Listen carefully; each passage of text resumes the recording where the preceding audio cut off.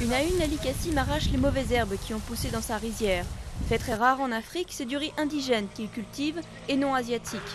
Comme une centaine d'autres agriculteurs de la région d'Atakpamé, au Togo, il participe depuis 2 ans à un programme expérimental mené par le Centre du riz pour l'Afrique. Objectif, réintroduire le riz africain sur le continent noir dans l'espoir d'y limiter les crises alimentaires.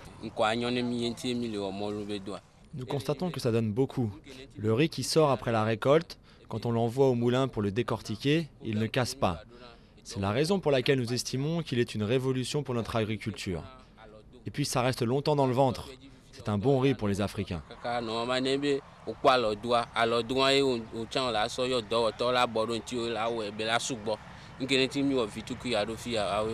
Cultivé depuis environ 3500 ans, le riz africain est désormais proche de l'extinction, victime de la concurrence du riz asiatique au rendement plus élevé, introduit en Afrique il y a plus de 400 ans.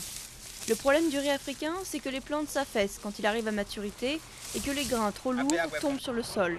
Un croisement entre les deux variétés pourrait permettre d'avoir à la fois un bon rendement et de meilleures qualités nutritives.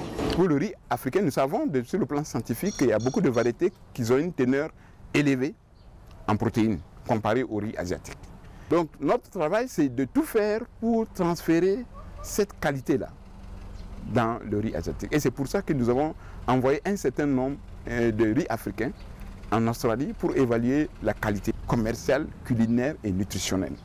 La consommation de riz en Afrique de l'Ouest n'a cessé de croître depuis les années 60. C'est désormais l'aliment numéro 1 dans cette région.